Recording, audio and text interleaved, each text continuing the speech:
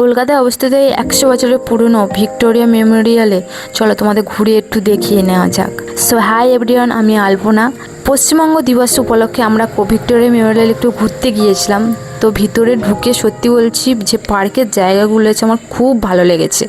ভিতরে ঢুকে মাত্র আগে আমি রানী ভিক্টোরিয়ার সঙ্গে কিছু ফটো তুলে নিয়েছি। ভিতরে ঢুকে এত জিনিস, এত বড় বড় চুড়ির অস্ত্র রয়েছে, আমার থেকে মনে হচ্ছে বড় বড়। সত্যি বলছি খুব বড় বড় চুড়ির অস্ত্র রয়েছে, ঢাল, অনেক চুড়ি। তোমার না দেখলে বিশ্বাস করবে না। যারা যারা গিয়েছো অবশ্যই জানো, আর যারা যারা যাওনি অবশ্যই একবার ঘুরে আসবে।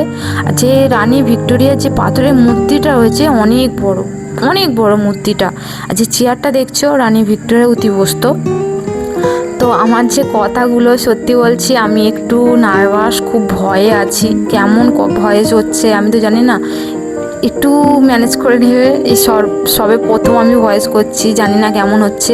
আর যে ছবিগুলো দেখছো তার মানে আগেকার পুরনো অনেক ছবি আছে, তোমাদের কিছু কিছু একটু ঘুরিয়ে দেখাচ্ছি।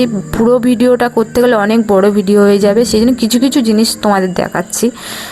তো আরে বাস, বন্দুকটা দেখো কত বড়, অনেক বড় বন্দুক। যারা গিয়েছো নিশ্চয়ই দেখেছো। আমরা তো গিয়ে তো সত্যি বলছি আমার খুব ভালো লেগেছে।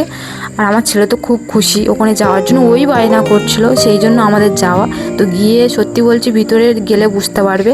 আর এই যে ম্যাপটা দেখছো, এই যে ম্যাপটা না, এটা হচ্ছে পুরো কলকাতার ম্যাপ। এই যে চিত্রটা আছে পুরো কলকাতার যে নকশাটা করা আছে, আর যে সাদা বর্ডারটা করা আছে এটা হচ্ছে কলকাতা গঙ্গা নদী। গঙ্গা নদী আছে। আর এই পুরো ম্যাপটা কলকাতারই ম্যাপ। আর এই যে নকশাটা দেওয়া আছে কলকাতার নকশা, এটা হচ্ছে কে বলো তো? এটা হচ্ছে রবার্ট। আমি তো রবার্ট নামেই চিনি। তোমরা কে কী নামে জানো আমাকে অবশ্যই কমেন্টে জানাবে। আমি যেটুকু জানি তোমাদেরকে বললাম, তোমরা জেনে থাকলে আমাকে অবশ্যই কমেন্টে জানাবে।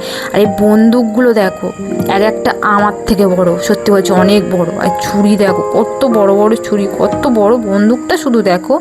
আমার ছেলে তো গিয়ে খুব খুশি, এই ছুরি বন্দুক দেখে আমাকে ডেকে বলছে দেখো মা কত বড় বড় ছুরি আর কত বড় বড় দেখো।